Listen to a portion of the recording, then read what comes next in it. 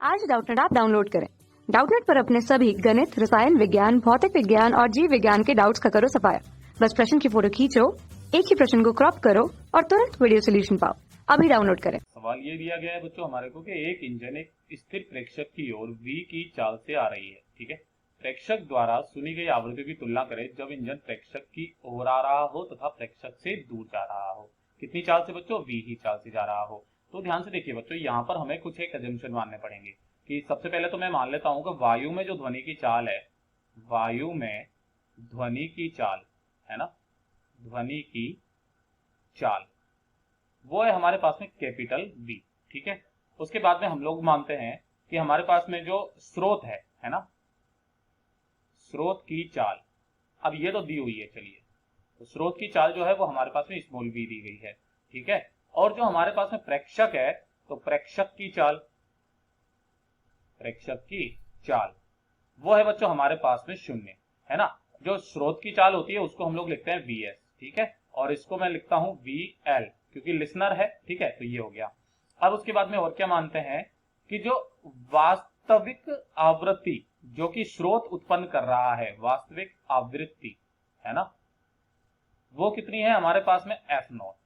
ठीक है, तो आभासी आवृत्ति जो उसको सुनाई देती है ना, आभासी आवृत्ति जो उसको सुनाई देती है वो होती है हमारे पास में f डैश। ठीक है, अब ध्यान से देखिए, यहां पर है हमारे पास में ये स्रोत। ठीक है, ये क्या है? स्रोत, और ये इधर जा रहा है v वेग से। यहां पर बच्चों हमारा प्रेक्षक है, इस जगह पर हमारा जो है वो प्रेक्षक है। ठीक है, ये हॉर्न बजा रही है तो ध्वनि जो है वो इधर से इधर जा रही है v चाल से। ठीक है, और इसका जो है ना vs बराबर ये कितना है? v है। ठीक, और इसके लिए जो vl है वो बराबर 0 है। जब ये इसके पास में आता है तो डॉपलर के नियम से ये जो आवृत्ति सुनता है वो कुछ अलग होती है, और जो इसकी ओरिजिनल है वो तो ये उत्पन्न कर रहा है f0। ठीक है, तो जो f डैश होता है वो कितना होता है? जब ये इसके पास में आ रहा होता है, तो जब ये पास में आता है दोनों के बीच की सापेक्षिक दूरी कम होती है तो इसके द्वारा सुनी गई आवृत्ति का मान ज्यादा होता है।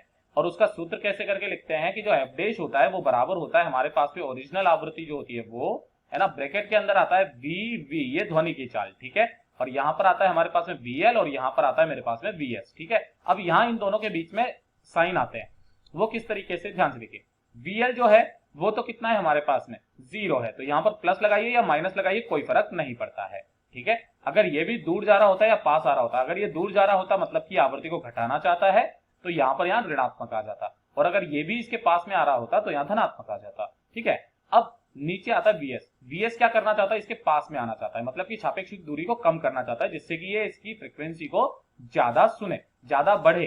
अगर ये f डैश को बढ़ाना चाहता है तो नीचे की संख्या कम होनी चाहिए, यानी कि यहां पर आ जाएगा ऋणात्मक।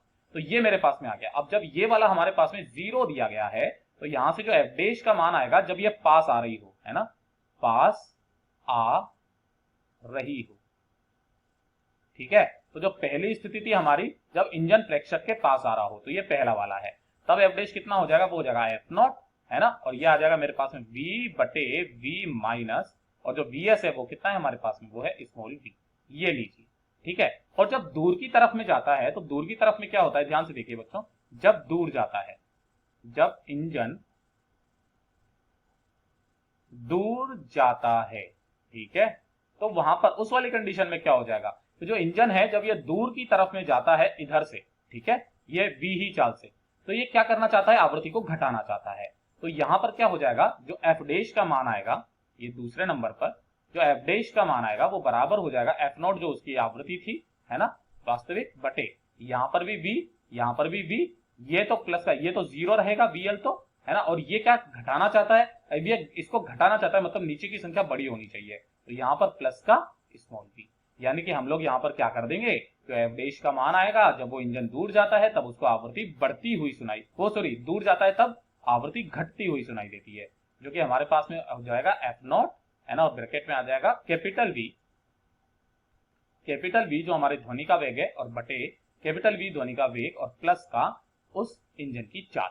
ये हमारे पास में, यानी कि यहां पर आवृत्ति घटती है, आवृत्ति, आभासी आवृत्ति है ना, आभासी आवृत्ति घटती हुई प्रतीत होती है। प्रतीत होती है। ठीक है, और यहां पर यहां आवृत्ति, वही आभासी के बारे में बात कर रहा हूं, ये आभासी है।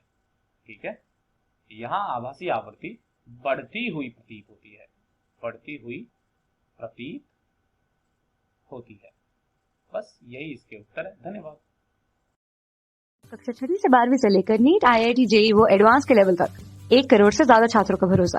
आज ही डाउनलोड करें डाउटनेट ऐप या व्हाट्सएप करें अपने सारे डाउट्स 8400 400 400 पर।